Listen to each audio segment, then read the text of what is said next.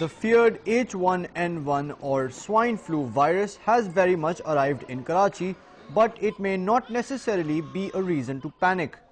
The virus may be deadly, but its mortality rate is less than 2%. Experts say congested urban areas are perfect breeding grounds for epidemics, including the 2009 H1N1 virus. The infection is likely to spread in close communities. We are a very overpopulated nation, and close habitation favors the spread of the infection.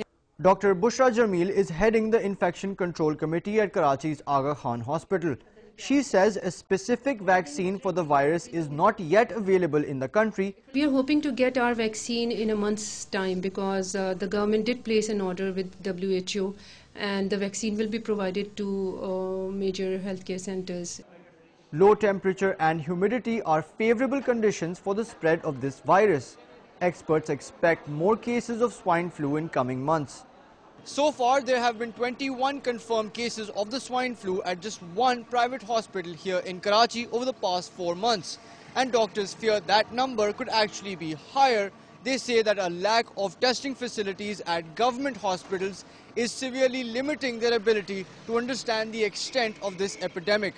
Nevertheless, doctors are sure that there is an outbreak of the 2009 H1N1 virus here in Karachi.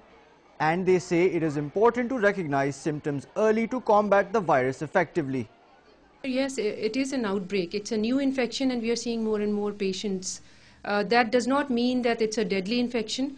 Majority of cases are mild, but the importance here is of the fact that we recognize the high-risk groups. The people who are in high-risk group, they should consult their physicians early. Experts lament the government remained complacent to this threat.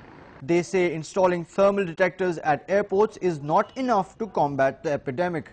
They should have been prepared a long time back by checking people who come in from crowded places. All they did was give you a slip of paper saying you have traveled to a flu-affected country, but that doesn't give you the protection, obviously. Doctors say pregnant women, patients of tuberculosis and lung diseases, as well as those undergoing chemotherapy and other procedures that weaken the immune system are most at risk. Mortality rate associated with the H1N1 strain is low. Still, doctors are advising patients to seek medical attention if flu is accompanied by symptoms like indigestion, vomiting and severe body pain. Mobin Nasir, Dawn News, Karachi.